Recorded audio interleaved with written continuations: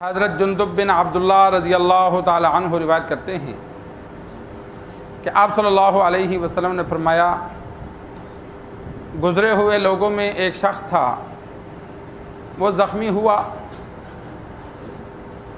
تو وہ سخت تکلیف میں مبتلا ہوا تو اس نے اپنے ہاتھ کاٹ دیے، خون بہا، رکا نہیں، وہ مر گیا۔ اللہ تبارک و تعالی نے فرمایا، میرے بندے نے اپنی جان کے بارے میں جلدی کی، میں نے جنت کو اس پر حرام کر دیا ہے۔ سرکار دو عالم صلی اللہ علیہ وسلم نے پہلی امتوں کے ایک شخص کی خودکشی کا واقعہ بیان کیا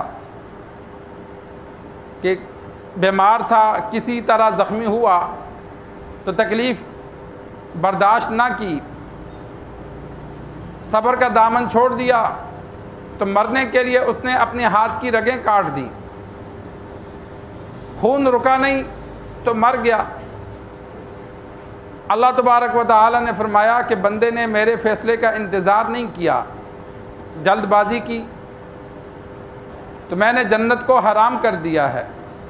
اگر خودکشی کو انسان حلال سمجھے تو کفر ہے۔ اسلام میں کوئی بھی چیز حرام ہے، اس کو اگر کوئی بندہ حلال سمجھتا ہے تو وہ دین اسلام سے خارج ہو جاتا ہے۔ حلال سمجھ کے کوئی خودکشی کرے گا تو وہ کافر ہو کے مرے گا اور ہمیشہ کے لیے جہنم میں رہے گا۔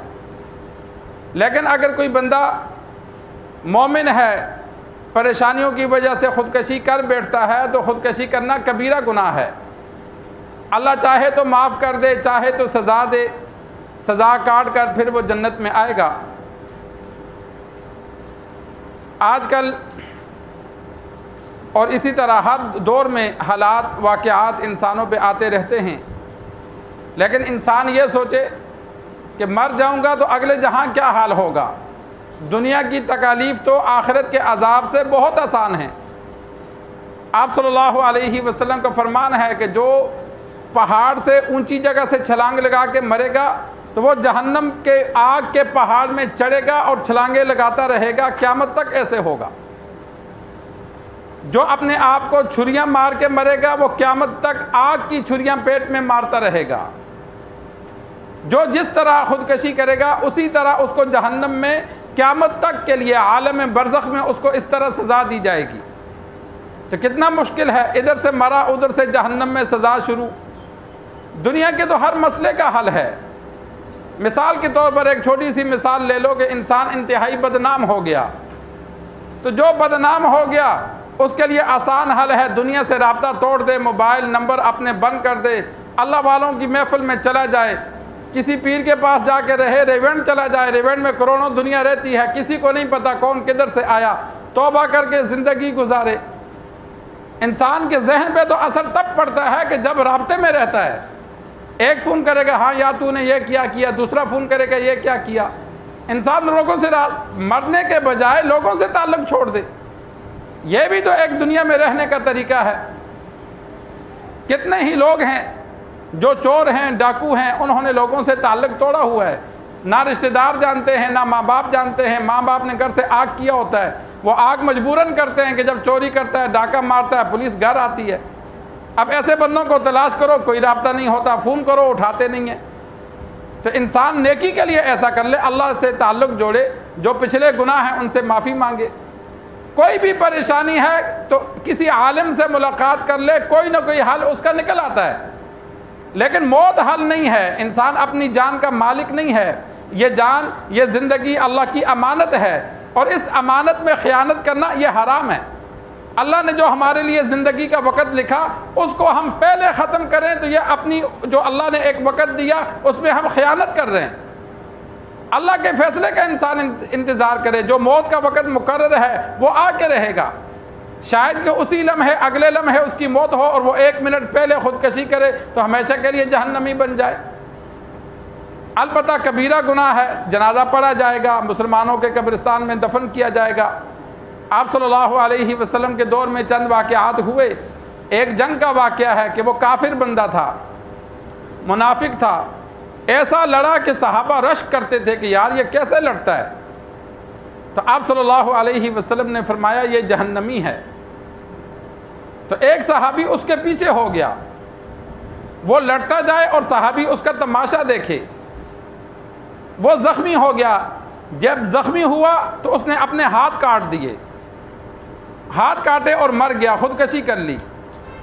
تو وہ صحابی سرکار دو عالم صلی اللہ علیہ وسلم کے پاس دوڑتا ہوا آیا اور آگے عرض کی، یا رسول اللہ میں گواہی دیتا ہوں آپ اللہ کے بندے اور اس کے رسول ہیں۔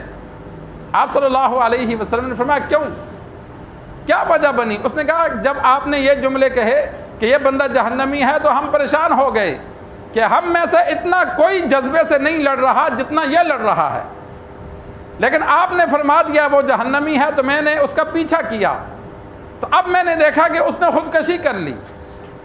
تو اس موقع پر آپ صلی اللہ علیہ وسلم نے فرمایا اللہ تبارک و تعالی بسا اوقات کافر سے بھی دین کا کام لے لیتا ہے، فاجر فاسق سے بھی دین کا کام لے لیتا ہے، کہ کام دین اسلام کی مدد کا ہوتا ہے، بندہ کافر ہوتا ہے لیکن وہ کام کر جاتا ہے۔ بہت سے دنیا میں ایسے کام ہیں کہ جو مسلمانوں سے زیادہ کفار نے کیے لیکن ان سے فائدہ اسلام کو ہوا، حالانکہ وہ کافر تھے۔ تو اللہ چاہے تو اس سے ایک روایت میں موجود ہے، اس سے پوچھا گیا کہ تو نے مسلمانوں کے لیے دین اسلام کے لیے لڑا؟ اس نے کہا نہیں، میں اپنی قوم کے لیے لڑا، کہ وہ کافر تھا، مسلمان نہیں تھا، اپنی قوم کی مدد کے لیے آیا، مسلمان اس کی قوم میں شمار تھے، تو کہتے میں اپنی قوم کے لیے آ کے لڑا ہوں، تو سیدھا جہنم گیا۔ اور اسی طرح آپ صلی اللہ علیہ وسلم نے فرمایا اس موقع پر کہ اعلان کر دو کہ جنت میں مومنین کے علاوہ کوئی نہیں جائے گا۔ اور ایک صحابی رسول کا بھی واقعہ موجود ہے مسلم شریف میں، عامر بن طفیل دوسی رضی اللہ تعالی عنہ کے ساتھ ان کے خاندان کے کسی آدمی نے، مسلمان تھا، صحابی تھا، مکہ سے ہجرت کر کے مدینے آیا، مدینہ آیا، بیمار ہوا، بیمار کی تکلیف برداشت نہ کر سکا تو انگلیاں کاٹ ڈالیں تو فوت ہو گیا، خودکشی کر لی۔ طفیل عامر بن طفیل دوسی رضی اللہ تعالی عنہ نے خواب میں دیکھا وہ اچھی حالت میں ہے، عمدہ لباس ہے اور ہاتھ اس نے اپنی کمر کے پیچھے باندھے ہوئے ہیں۔ عامر بن طفیل رضی اللہ تعالی عنہ نے پوچھا کہ اللہ نے تیرے ساتھ کیا معاملہ کیا؟ اس نے کہا آپ صلی اللہ علیہ وسلم کی جانب ہجرت کی وجہ سے اللہ نے مجھے معاف کر دیا، کہ گناہ تو میں کر بیٹھا لیکن صحابی رسول تھا، پھر مکہ چھوڑ کر مدینہ آیا تھا تو اللہ نے معاف کر دیا۔ تو عامر بن طفیل رضی اللہ تعالی عنہ نے فرمایا کہ ہاتھ کیوں چھپائے، کہ ہاتھ تو نے کمر کے پیچھے؟ اس نے کہا اللہ نے فرمایا جو تو نے خود کاٹے ان کو میں ٹھیک نہیں کروں گا، کہ میں نے تو تجھے صحیح سلامت جسم دیا تھا، تو نے ہاتھ خود کاٹے ہیں، اب یہ ایسا ہی رہیں گے۔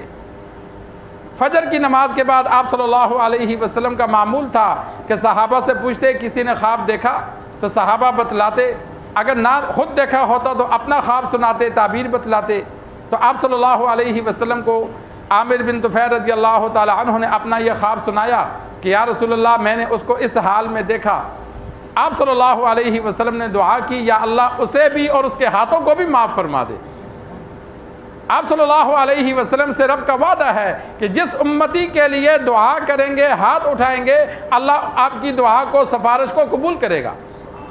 تو آپ صلی اللہ علیہ وسلم نے تردید نہیں کی کہ تو نے ویسے خواب دیکھا، نہیں، اگلے جہاں کا واقعے کی تصدیق کی کہ ہاں تو نے صحیح دیکھا، لیکن پھر ساتھ سفارش بھی کر دی کہ یا اللہ اس کے ہاتھوں کو بھی معاف کر دے، اللہم ولیدیہ فاغفر۔